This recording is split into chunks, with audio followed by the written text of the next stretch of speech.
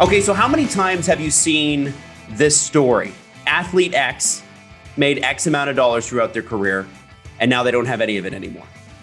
And one of the people who is here to break that cycle, or has been breaking that cycle for over 20 years, is a guy that's joining us on the podcast today. This is a guy that, as Allan told me when he introduced him, this guy manages Steph Curry's money.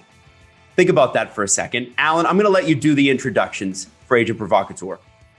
All right. So our guest this week, this episode, is the managing director of Octagon Financial Services. He went to Middlebury College, where he earned a degree in economics, an MBA from New York University, and a master's in accounting. He's a certified financial planner, 4 years working at KPMG and American Express Bank, one of the founders of Octagon and the founder of Octagon Financial Services, which has become an industry leader managing the financial lives of over 250 of the top professional athletes from all over the world. Frank Zecca. Welcome to the show, Frank. Thanks for that, Allan. It sounds way better than it probably is, but yeah, it's been a long time. Well, you and I have been working together now for closely for more than 15 years. And what you do is an integral part of the lives that goes into the lives of professional athletes behind the scenes. And it seems that most of the time we hear about financial managers and athletes is when something hits the media in not a very good way. And the great stories sometimes are not being told and not being told properly. And that's one of the reasons why I'm really excited and really happy to have you here today. So the first question I have for you is, who are some of the athletes that you represent? So we work across all sports, all countries. Some of the bigger names that people would know are the Steph Currys, like Adam said, Bill Cowher on the broadcast and the coaching side, Chris Paul on the basketball side, and Michael Phelps on the swimming side. But those are all great names, and it's really cool. But the things that stand out the most to me, I've been doing this in small correction on a couple of corrections, Adam. One, it's been 30 years doing this here. So the coolest part about the job is we have had clients who have been clients for 30 years. So I started here at 27 years old and signed clients the first year I started working. And some of those players are still clients today. Obviously, the salaries aren't what they are today, but those guys are still clients. I know their kids, that the money they saved is paid for their kids' college funds. Those kinds of things are what make the job super rewarding for me. And back in the day, like I say, when I started in the business, the predecessor to Octagon was Advantage International. There were 3 firms that represent almost all the athletes in the world. It was IMG, ProServe, and Advantage, and each one had a small financial planning group. And when I came in, I was like, okay, we have this. Let's see what we can do with it. And you fast forward 30 years, and you're working with Steph Curry, but everyone forgets that I was working with Steph Curry's father, Dell, and his mother, Sonia, 30 years ago, which is a pretty cool. That's the coolest part of the story is you do the right thing every day for a long time, and it works out. I'm out of Toronto, so that would be Toronto Raptor legend Dell Curry, by the way. Just throwing that out there. Yes, exactly.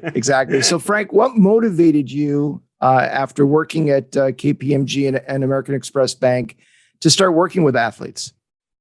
So those jobs were great. The training I had, I played sports in college. I played football and lacrosse at Middlebury. Always, my whole life, being athletic, not anything like athletic like our clients, but athletic. And the accounting, Wall Street, that field is always what interested me after going to school. And then I felt like there was a underserved community, which sounds crazy that you think professional athletes are underserved. But there was no financial planning for professional athletes. There's no financial planning for young kids today who make between, $20,000 and $150,000. None of the big wirehouses want to work or provide access to those people. So I grew up in an era where you heard about all the athletes going broke and you heard of things doing it wrong. I called all the teams in New York where I was living at the time, and it was the the Rangers, the Islanders, the Mets, the Yankees, the Giants. I said, hey, you guys have these players. What are you doing to help them? There must be something. I have these finance degrees. I'm an accountant. I'd love to help. There was no takers. And then luckily I had 3 or 4 friends that work at Advantage from college who are on the marketing side. And they said, this firm is doing some tax work and has access to the athletes and paying the bills. Why don't you come down here? And then I visited and said, this is going to be great. And to go back to what you said earlier, Allan, I do not do a lot of press, haven't done a lot of press in my job because everybody who ever calls me wants to hear the nightmare stories. And my whole life has been about dispelling that it has to be that way, that there is a better way to do it. And let's hold up the good stories, the guys who've done it right versus the ones who, but I guess there's no clickbait in that, or it's not in press. So I've been a proponent of getting on the soapbox and saying, there's a way to do this. There's a way to use your athletic talents and your money as a springboard versus it having it to be a crush. And that's how I've spent the last 30 years of my life. Can you demystify a little bit exactly what you do with players? Yeah, I'd like to ask you to do that for me. But so I think that the job has evolved. Like our tagline is sort of plan, protect, win. So I feel like we are coaches and planners and mentors. We have a huge staff. We have 18 people in our group. I have some great people that work, Allan, in your hockey space, the Chris Leggs of the world, the Matt Williams of the world, the Cara Jacobsons. It's amazing what these people do. The investing of the money, the doing the tax returns, that technical side of it can happen. There's a lot of people who can do it. I think the most important thing we do is the planning and the protecting of the athletes' assets and providing context to where they're going. When I was 27, I never thought I'd manage anybody that had $1 million. When I was 30, I never thought I'd manage anyone who had 5 million. Now I never thought I'd manage anyone who had 100 million. My job was always to be 2 to 3 years ahead of where the athlete was, knowing where they were going. And a really fun client who I really respect and have a great relationship with for a long, long time. He was a 5th round pick in baseball, and he's actually Canadian. So he, single A baseball, I met him and his wife. He was making probably $500 a month. I met him at Starbucks. And he's been a client forever, and he's got a lot of money. His kids are doing great. He had an all-star career. I asked him, why are you with us so many years after the fact? And what he said was, there's 3 things. 1, I trust you. You've been there since the beginning. And I don't know how I would trust somebody now with all this money. The second thing he said is, I've never been to a place, a meeting, a conversation where someone's talked about something financial, whether that happens to be a college fund, an IRA account, a budget, whatever it happened to be. He said, I never heard anything said that you didn't do for me or have talked to us about, which I thought was really intuitive on his part. And the third one, which is what we base our planning on, is he said, I was spending my whole career thinking about today, and your job for my family was thinking about tomorrow and 10 years from that now. And I thought that if we hold those 3 things constant throughout our whole client roster, whether that's someone who's starting out making $500,000-$600,000 or someone making $40 million a year, if you hold those 3 things close and you make that your job, it's a win for everybody. So that's really what we do. On the detail side, Allan, to get into it for some of the viewers or Adam that you don't know, we are opening up bank accounts, getting credit cards, buying a car. If someone buys a house, if you ask some of our clients, how do you buy a house? They say you call Frank or any of the team. We're paying the utility bills come to our office and we pay the bills for their houses. If a player, and Allan's had this happen all the time, and he told a great story the other day when Marty was on one of the prior episodes of this podcast. Like when Marty Havlik got traded and signed a new contract, like we handle that move. We take a player from the city they're in and we make sure their families, and everything gets to their new city and they get set up. The feeling has always been, the feeling for us has always been, if we could take care of everything outside the lines or the boards or the court, whatever you want to define the sport, and the player concentrates on what they're doing and they have a good team around them, they'll be way more successful than worrying about some of the details. So we try to be a family office, a coach, a mentor, the details to all the clients we can. That's a lot of scope for 18 people. and a lot of athletes for 18 people. Like, that's a pretty tall order. And I think a lot of people, guys, and this question is going to be for both of you, because as the fan, I'm the fan element on this show, right? And what I see when a contract is signed, let's bring Marty Havlat into it. That was a 3-year deal, $6 million a year. So it's 3 years, $18 million. And what we see is, wow, that's $18 million. That's a lot of money. That's great, especially, where the NHL was at the time. That's a significant amount of money. But what people don't see is, first off, that's spread out over 3 years, but there are costs associated with that beyond, your normal taxes and that sort of thing. When an athlete sees that number, do they see the same 18 million? And is it hard to pull them back from, hey, don't go crazy right away on this one because you got tomorrow to think about? Yeah, I think that's all about education. Mm-hmm. And the fact is, between taxes and escrow, an NHL player, and I'll just stick to hockey for now, will actually take home approximately $300,000 on every $1 million of face value of contract. Right. So wow. $1 million a year in your contract is actually $300,000. Now that's a huge amount of money, and a huge amount of money for many people to comprehend. But this is what really, to me, the most important thing people have to remember. The average career of an NHL player who plays more than 100 games in the NHL, more than 100 games, is 4.25 years, right? So you start playing hockey at 5, 6, 7 years of age. You play hockey your entire life up to a certain point. And whether you're 30 or 31, or if you're fortunate enough to play until you're 34 or 35, but what if you're just 27 or 28 and hockey is over?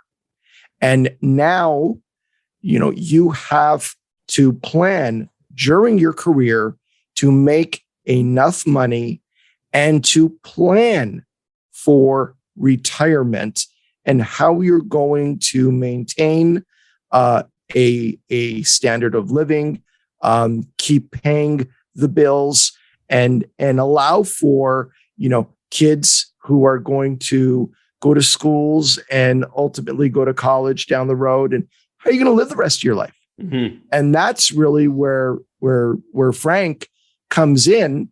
And we've always worked very closely together as a team, sitting in front of the player. I tell the player from the first day he signs his first pro contract, it's not how much money you make during your career.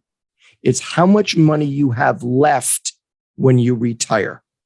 Yep. That's the number. That's the number you need to be focused on. Who has the most at the end wins. Right. No, and Adam, it's really interesting. Allan and I have been working together for a long time, and Allan was gracious enough. His passion for how he represents his players is the same thing that myself and the staff have on our side of the business. And Allan was good enough, but going back to Marty, when Marty signed that contract in Chicago, I had not met Martin Havlat. I had never been to the Czech Republic. But Allan said, you need to go to Chicago. He has a large contract. I would like you to go have a conversation and talk about these things. And I flew there, introduced myself in his apartment with his fiance at the time, who's now his wife, or maybe they were married. And I went through the first 2 hours of like, hey, this is what you have. This is what it means forever. And going back to his story, when I probably in the 90s sometime, I met with a first overall pick in the NFL. And this is going back to your point, Adam. Every newspaper in the world said that he signed a $60 million contract, right? The actual guarantee of the contract was a $15 million bonus. So it wasn't 60, it was actually 15. And after it was 15, if you take the taxes and whatever fees out, you're down to $7 or $8 million. The way that payment was paid was 5 payments of $3 million over 2 years. So I was sitting with the player, again, young 20-year-old, really nice guy. The press conference, the GM hands him the envelope with his $3 million signing bonus. He opens the envelope up. I'm sitting next to him. He goes, hey, this is not right. And we look at it and it says 1.935587. He's like, I thought I was getting 3 million. I'm like, welcome to income taxes. Yeah. No, but like if you've never had a job or have never received a paycheck or never gotten a W-2, you just don't know those things. So it was actually those experiences for me helped to create how I present the job and how I talk to athletes later on. Because it's like, okay, wait, they don't know that. So let's start that on the front end. And the main thing to do for any player, they all aspire to be great. So they all aspire where salaries are. You can kind of guess. Player will have a couple $1 million, but if you could save $5 million and you make 4% on that, like conservatively, okay, that's $200,000 a year for the rest of your life. So in order to put away $5 million, you have to make 10, which means you're not spending anything. So if you're going to put away $5 million, you have to make probably 15 to have 5 million saved after a house or a car. So you start doing the math for these guys and it gets very evident on why you should go work out and concentrate on hockey and let your team do your support around the outside. Wow. So, sorry, go ahead, Frank. I don't want to interrupt. I was going to say, sometimes the families, the friends, the press, everyone keeps saying, you signed for 60 million, you signed for 60 million, you signed for 60 million. And I'm on the other side saying, we're going to be lucky to get $3 or $4 or $5 million put away. So your whole career as a professional athlete, if you make $15 million, comes down to about a $200,000 salary every year for the rest of your life, which is a great salary, great opportunity. Now, it struck me, Allan, when you said, okay, for every $1 million, the take home for an NHL player specifically is about $300,000. Can you break down, guys, where that, because I know people are listening to this going, how is that possible? Where's this money going? Well, you've got in the US, 30, what's the top tax rate right now? 37%. Mm-hmm. You've got state income tax. This year, escrow is 17.5% off the top as well. Now, if you go into Canada, between federal and provincial taxes, it can come up to being 55, 56, even 57% before the deductions of escrow. There it is right there. Wow. Unbelievable. And so, okay, I'm going to put you guys in a scenario here where you're working a tag team. And this is going to be hard to believe because I'm going to make myself the high-end professional athlete that just got an enormous contract. I know by the looks of me, I look like a professional athlete, someone who's very in shape. But let's say I've just signed what equates to be, and it doesn't matter what sport, I've signed for a lot of money. I got a 3 or 4 year contract. It pays me a boatload of cash. It's a big jump up from what I was making before. And I don't know if we need a specific number, but I'm the kind of guy who kind of wants to flash it a little bit. I want to buy myself a nice car. Like I've worked my whole life. I've given up birthdays and Christmases to be at the rink. What do you say? What's on day one that contract is signed? And Frank, you seem like a really fun guy. I've seen Allan lay down the law before. As fun as Allan is, I know Allan can get tough. I don't know if you have to get the same kind of tough with these guys. But how do you say to them, wait a second, I know you're enjoying this, but hold on and listen to this. How's that conversation gone in the past for you? I take the educational coaching approach, and if I really need the hammer, I call Allan to get really mean. Okay. Fair enough. So, and he's not joking. He is not joking. But I read Greg Norman wrote a book. Maybe The Way of the Shark. I can't quite remember the name, but there was a really interesting formula in that book about business. And this goes to financial planning for anybody who's listening to this, or any athlete, or really anyone starting out. It goes 30, 30, 30, 10. So if you think of every $1,000 or $100,000 or $1 million as 30% to savings, 30% to living expenses, 30% to taxes, and 10% to whatever you want to reward yourself. So if a client has $1 million and they want to go spend $100,000 on a couple of watches or a down payment for a house for a mother, whatever it is, that 10% is factored in. As long as you're doing things, and what I try to when working with players, as long as you do things in context for what you're making, it is fine. We try to, it's like raising children. You pick your battles. I do believe that these guys have worked so hard in hockey, whether it's junior and if it's basketball at university or football, whatever it is, the minor leagues in baseball is such a grind. So when these guys get somewhere, you have to reward yourself with something. And I try to, Herm Edwards has a great thing, one of everything. So I think it's one vice. If you like cars, then buy yourself cars. If you like clothes, do the clothes thing. If you want art, do the art thing or watches. And try to just identify the players so they understand, like, okay, you can go spend money, pick your thing, but for every dollar you spend on something to reward yourself, I want you to save $3. And that math usually works across the board. Maybe when you get to a Steph Curry or some of these bigger players, you can't really, you shouldn't be spending 30% of what you make on living. But those numbers work for most professional athletes, and they understand the context. Wow. So yeah.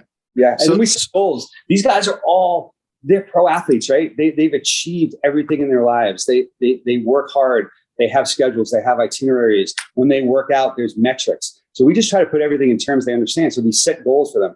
I'll say to players, I bet you can't save $1.2 million this year. And they'll find themselves calling you halfway through the year. How am I doing? Am I there? Am I there? And they'll say, if you save 1.2, I'll let you go buy your next old school car, whatever it is. And like the goal is to get them to save. And then, you just pick your spots, but it's fun. Yeah. But what you do, Frank, that is so valuable is being able to sit with the players at the beginning of a season or at the beginning of a contract and lay out the cash flow and setting of goals. So that a player, it's constantly, because players are certainly concerned about, their futures and the futures of their families. And if you give them a plan with goals, and it's like, this is where you need to be at the end of year 1, and this is where you need to be at the end of year 2. And the players are meeting with Frank on a regular basis to check up on how they are doing versus what the plan is. That's motivating in and of itself. And that's a critical part of keeping players on track. It's also the awareness of seeing it. In other words, the cadence of the client experience and the career arc, start out not making much, get really good, make a lot. What we do, so before the season, like Allan said, our staff will put together a cash flow plan for the year for what it's going to, your bills, how much you can save, how much is being made. The constants are taxes. We know what their contracts are. Allan does great contracts, right? So we know how much they're getting paid. We know how much is left to save and to spend. So we show that in the beginning of the year. Middle of the year, when they come through DC or we make our trips, we'll see players talk about maybe their will or their tax return or they're buying a house, whatever the detail is. At the end of the year, we just do a recap. Hey, you wanted to put away 1.2 million. You only put away 1.1. But you know what? You helped your parents with a down payment for a house for themselves, which is one of the coolest things in my life, in my job, is when I see a player provide a home for a mother and father that they've not had a home, and you see that happen based on the hard work. It's great to be around. If we can make that possible by a little bit of planning and doing it the right way versus letting these guys get taken advantage of, it's super rewarding. For as hard as the job is, it's a really cool feeling to be around. So let me ask you, what do you think are the most common mistakes that athletes make in their day-to-day lives that impact your financial plans? The two ones that stand out, it's I'll save on my next contract, which like Allan said, at 3.8 years, 4.2, whatever the number is, it's very low. We tend to have recency bias in that the news is talking about like a Steph Curry or Peyton Manning or a Tom Brady. The stars play a really, really long time. Most of the professional sports leagues do not. So you can't wait for the second contract. I have undrafted players that have millions and millions of dollars that have played 10 years in pro sports. I have first round picks that have played 2 or 3 years. And like, you don't know what's going to happen. What's ever unpredictable is predictable. So you can't wait for the next contract. The other one that more recent, because of the internet, social media, private equity investing, FOMO, fear of missing out. Players they chase the hot dot. They forget the principles of how you invest and what long-term savings and what the savings are designed to be. My feeling for that is like, let's stick to the plan.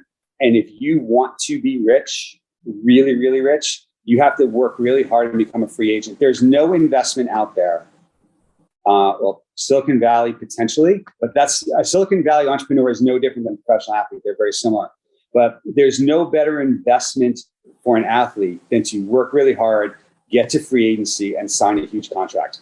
I cannot provide those returns that an athlete can provide for themselves. My job is to keep wealthy people wealthy, not to take average earners and turn them into rich people. Okay. And I have to ask you guys a couple of things, because there's things that come up as a fan that you ask yourself about. One of the things lately that's been a hot button issue, and Allan, I'm sure you'll roll your eyes when I bring up that the owners don't want this anymore in the NHL, which is signing bonuses. And specifically, if we look at, and this is not one of Allan's clients, so I'm just going to speak offhand, but when John Tavares signed in Toronto, he signed a contract that essentially pays him his bonus up front, and then he makes league minimum the rest of the season. And some of these guys, Mitch Marner, Austin Matthews, are front loading their contracts to get as much money as possible up front. And then towards the end of the contract, even though they know they'll get a second deal, barring some career ending injury, and knock on wood, we're hoping that doesn't happen. What is the advantage to front loading a contract, even though you're a star, even though you know chances are there'll be a second contract? What's the advantage to getting all that money up front? There's the time value of money. Yeah, I'm going to let Allan answer this, because there's a by sport it's different why you would do it, and there's a reason in hockey that's non-financial. I would think, Allan, correct? Yeah, absolutely. So when you are paid out signing bonus, it's critical to know that signing bonus cannot be bought out. Okay. Right. So if you're getting $10 million a year and you're getting $9 million a year in signing bonus and $1 million a year salary, and you get bought out, you're getting the entire $9 million payment, and the buyout will only apply to the $1 million salary. So basically, by structuring a deal like that, you've made that contract buyout proof, because the team will get absolutely, literally zero cap relief by effectuating a buyout. Makes no sense to do it. And that's why those deals are structured like that in hockey. And what do you guys do when something like, again, let's go back. I'm a professional athlete. I'm a big deal. And I sign an endorsement contract. So I'm endorsing bread, or I'm endorsing coffee, or I'm endorsing a sports drink. How does that factor into the financial planning? Do the same principles apply? Obviously, there's probably more take-home pay with that, right? That gets confusing, because salary is W2 T4 income where there's withholding. In other words, the taxes are taking out the source. So you get, if the tax rate's 50% and someone's paying you $100, you get $50. The endorsement contracts are just paid directly to the player as a self-employed individual. Mm-hmm. So they get the gross amount. The $100 comes as $100. So we actually have to plan and say, okay, it's great that you have that money, but next April in the US, you're going to have to pay tax on that money. So you can't have it all. We got to keep some of it back to pay your taxes. When a player is lucky enough to have endorsements, harder in hockey, more prevalent, obviously, in basketball and tennis and golf.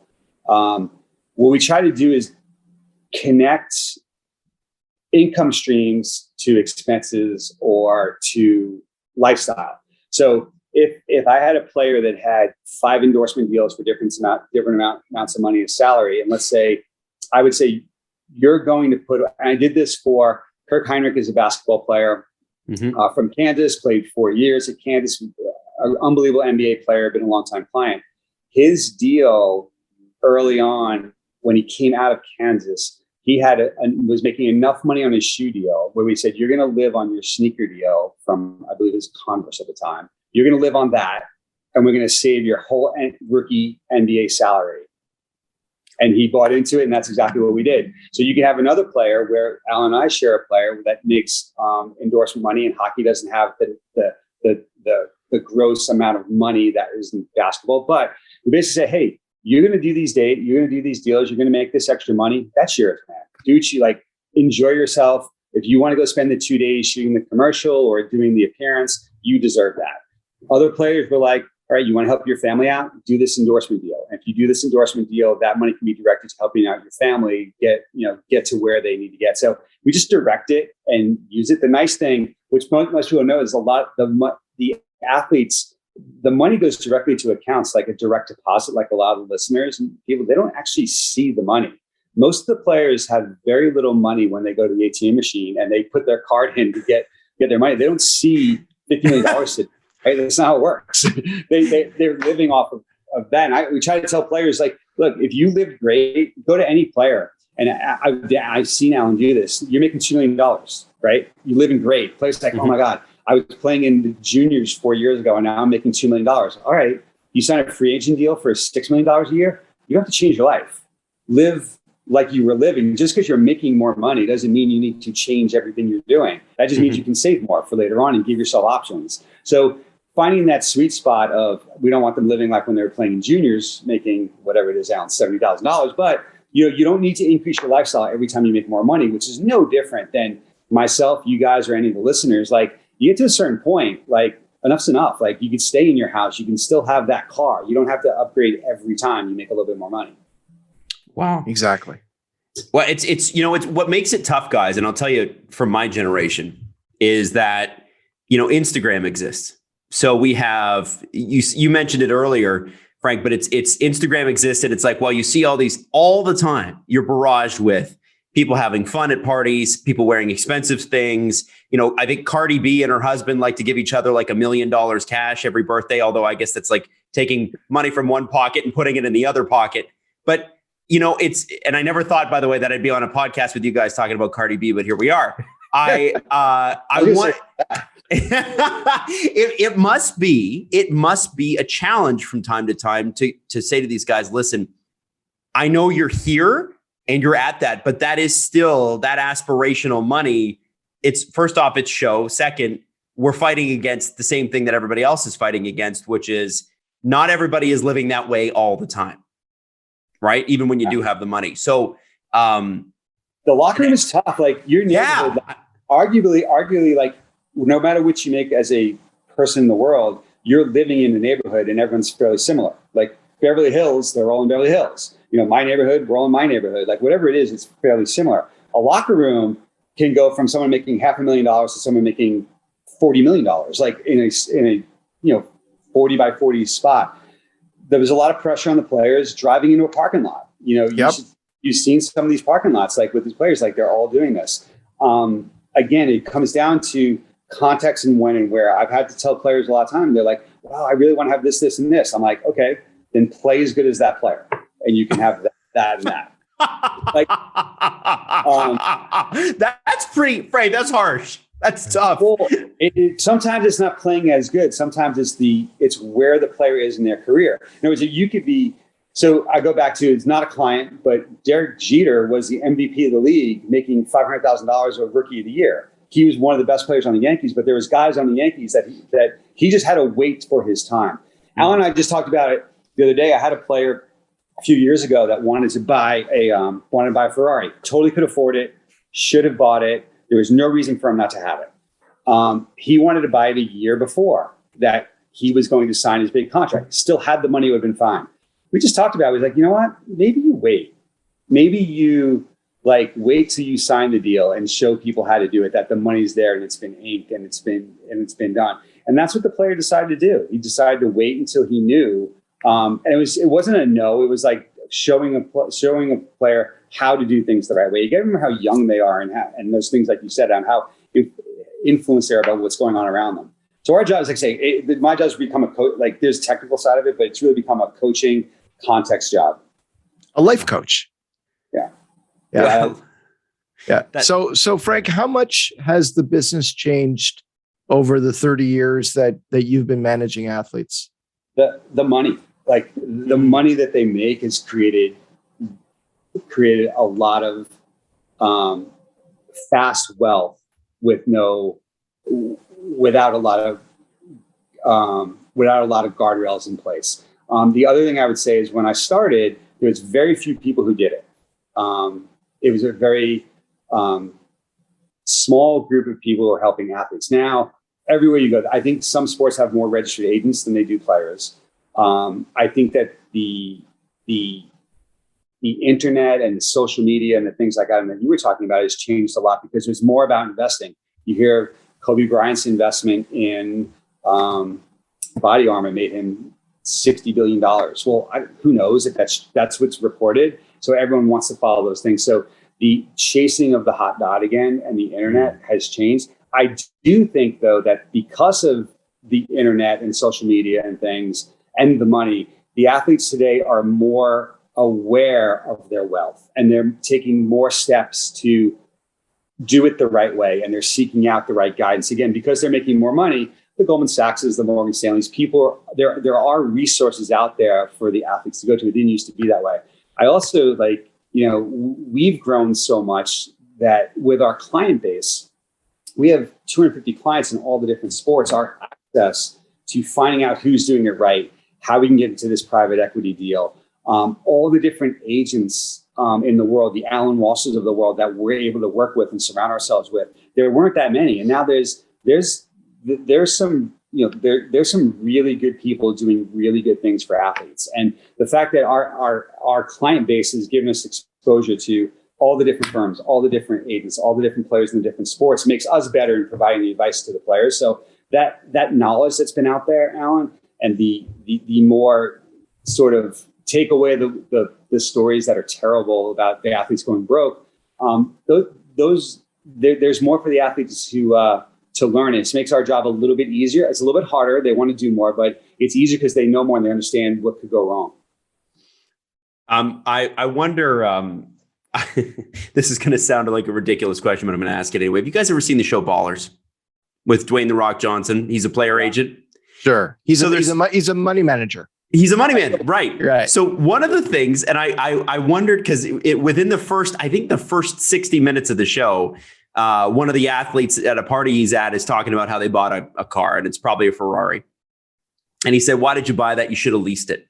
Something like that. Is that the kind of advice? First off, is that true? If you've got an enormous amount of money, is it better to just lease the high-end car that you really want? There's so many variables that I'll give you a real life example. We have a very high-end basketball player that likes cars, right? But they have multiple cars, two or three. And when you're doing, in my opinion, when you're doing sort of he also gets bored of cars. Like he has a car for a year or two and gets rid of it. So the rule of thumb is if you have a car less than 3 years, lease it. More than 3 years, but there's other variables. More than 3 years, kind of buy it. I made a deal with him going back to that 30-30-30-10 thing. I was like, look, you're going to play 10 years. I go, you can spend this amount of money on a lease of a car, do 5 2-year leases of the nicest cars you ever could imagine, and do that. And over the 10 years, you'll have 5 of the best cars in the world. And we know what the cost is going in, and we accounted and provided for that cost. So amazing. That's how you do it. But there's some things that aren't purely financial. Again, if I go back to NYU and business school, they'd say, don't do that. But mortgages. If a player is lucky enough to sign a huge contract, we tend to pay off their house over the course of their long-term contract. Right. If we know they're going to stay there. And most people say, well, you don't have to do that. You're borrowing money at 2% or 3%. Leave the mortgage high, invest the money and make more. Okay. I can't guarantee I'm going to make more. Like no one really knows that. I mean, I don't have any ego. I mean, I think I can, but I don't know I can. And my feeling is if things go south in a career, or if things go south in the market for 3 or 4 or 5 years or whatever it is, if an athlete owns a house in a great neighborhood with great school system and for their kids, and maybe you have to have no Ferraris for a while, but you have a house that you own, I think that's the first thing for these guys is like have a place to live that that you own that, and that's the first asset. If things go really bad, and again, in career and the markets or their investments, if you have a $2 million house paid off, worst case, sell it for $2 million, put $1 million in the bank and buy $1 million house. Or sell it and put 1.5 in the bank and have a $500,000 house. So it's that first sort of rung of creating long-term wealth is kind of own the asset. Not exactly financially, as far as returns go, correct. But I think for professional athletes, I think it matters. Right. And that's why it's so different working with professional athletes than, wealthy CEOs who are going to be working for 30, 40 years, earning a lot of money over a much longer period of time. And what we've always preached to players was planning on retirement, retiring with zero debt or as little debt as possible. And retiring with a huge mortgage balance and the cash flow goes down to almost zero is not sound retirement planning. So while you have the money coming in, you know that whatever the interest rate is on the mortgage, as you're paying it off, that's basically your return. And it's guaranteed and locked in, and you hold and you own the asset. And that's always the better way to go. Yeah. And the difference between that and the difference between like workers in regular workforce and a professional athlete is the professional athlete has retirement plans and pensions and all this great stuff that kicks in at 59, 62 at that range. Their career is going to end at a blessed career would be 35 for a professional athlete. So there's a huge gap. So we view at OFS, our role is to fill that gap between when your career ends and when the retirement benefits can kick in. That's very different than the average person. Like for me, I've been lucky enough where my kids are done with college. I've had that steady career where I've made a little bit more money every year at being 55 years old. My expenses mostly are behind me. An athlete retires from professional sports with a wife and children. When they retire, or a husband and children, if it's a female athlete, all their expenses are ahead of them. Most of my players have put their kids through college when they were done playing. They weren't working. It's a very different way to think about it. Yeah. Yeah. And you know, it's funny, guys, because again, from the fan perspective, you think, wow, there's all that money. What do you have to worry about? Like, what is there to worry about? You guys got it. You're fine. You're set. I mean, I could work my whole life and not make that kind of money all together added up. And I wondered too, because Allan, you've talked about this on Twitter a few times, and it's a question that I think a lot of people wonder about, especially as it pertains to Canada, because we have a higher tax rate here. It's just plain and simple. And province to province, it can vary wildly, where I think in Alberta, it's like income tax is like 10%. Quebec, it's much higher. Ontario is much higher. There is a rumor out there and a bit of a misnomer, from what I understand, that playing in Canada means you make less money overall because of the tax situation, because Canada's taxes are higher overall. Allan, you have mentioned in the past, if I'm not mistaken, on Twitter, that is not true if money is managed properly.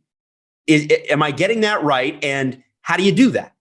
Well, it's a little bit more complicated than that. There are vehicles that exist in Canada. One of them is a retirement compensation agreement, or RCA, where the player will be able to dedicate up to 50% of his salary and signing bonus in any given year into a trust, what amounts to a trust.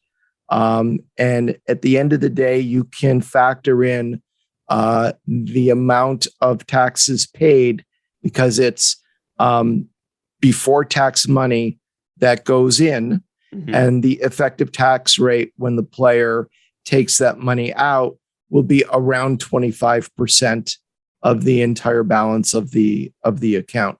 And there's a refundable tax account portion of that as well that's held back by Revenue Canada. What we're going to do, Adam, is we're going to have somebody on in the future. We're going to do an entire episode on retirement compensation agreements and what it means for a player to sign as a free agent with a Canadian-based team versus a US-based team, particularly a team with no state income tax like Florida, Vegas, Nashville, and so forth. And we're going to break it down for everyone and demystify that particular question. Okay. But Frank has got experience with RCAs. You work with players in Canada who have them. You're integral in setting them up. Maybe you want to give a Coles Notes version that might be a little bit more precise than I just gave. No, I think that was perfect. And I would actually just reiterate, please consult your local tax advisor. And but you can keep a relatively same amount of money. It's not like an enormous loss or something like that. I think the bigger issue, and again, this is for the conversation, again, not super technical. And Allan, I don't know if you've ever brought this up. I don't understand how the salary caps aren't equated for a Florida team and a New York team. In other words, if you're when I have a player leaving California and going to Texas and basketball or whatever it is, we do an analysis of, for the agent, we say, hey, look, if you get the same money, and the player has to want to go to the other team. Then never would I tell a player to go do something just to save taxes. Mm-hmm. There's so many things that factor in: the coach, the team, how they fit in, where they want to live, their family. But you should provide the player, like, $100 million in California is not the same as $100 million in Texas or in Florida or in the state of Washington. The Kraken, the new hockey team, I mean, the state of Washington has no income taxes. So if you're playing in New York, if you're playing for the Rangers, that's a big difference. And for the GMs to make those offers, I'm not even sure how, again, Allan can speak more to this, but we do, it makes a huge difference. 10% additional tax versus zero just in the US or from state to state. Especially when you factor in the long-term nature of a deal when you jump from one team to the other, if you're doing it as a free agent. Yeah. Wow. Okay. Well, and I guess last here, because Frank, we've taken up a lot of your time, and I know Allan will want to let Frank get back to his job. But Frank, you mentioned at the beginning of the show, and I think it's really important that we talk about this. We don't have to mention names, but Frank and Allan, this question is for both of you. Success stories. Is there a highlight in your career for a player? Again, you don't have to mention names, where you thought afterwards, man, we did right by them. This is why this is working. And it's something that you kind of can hang your hat on. The one is going to be super boring, but I think it's very impactful for the conversation. And I'll give you one that's a little less boring. I'll try to make it brief. The first one was, there was a player early in my career as a football player from Stanford, was the 4th round pick that year. He was the first player cut, like how do you put it? The earliest in the round, the earliest pick that was cut that year. Okay. So he had $140,000 signing bonus-ish. Didn't make the team, tried to come back next year, didn't make the team. He parlayed that signing bonus into a car. He went back to school and got his degree. He bought a condo near where the school was, and that condo he still owns it today. And he became the sports information director of the university that he went to, and he used some of the money to help pay for his brother's education. So, as opposed to just coming out, signing with a team, thinking I'm going to sign a 10-year deal, he never played in the NFL, used it for that. So that's the springboard versus the crutch. The other one is all the players that we have a number of players that Allan and I worked with together, or I've worked with in other sports, that we worked from the day they got drafted, and then they got through their careers. And some are assistant coaches right now, some are broadcasters right now, and they're doing that job, and they were able to stop playing. I think most of the guys could have played or hung on another year. Our jobs provide options. They didn't want to play anymore. Their bodies were breaking down. They really want to do the next thing in life or the next calling. And if you can go, I always joke with the players, if you want to go be a high school gym teacher, and whatever that salary is, but if you put away the money we're telling you to put away, you could be making $300,000 being a high school gym teacher, right?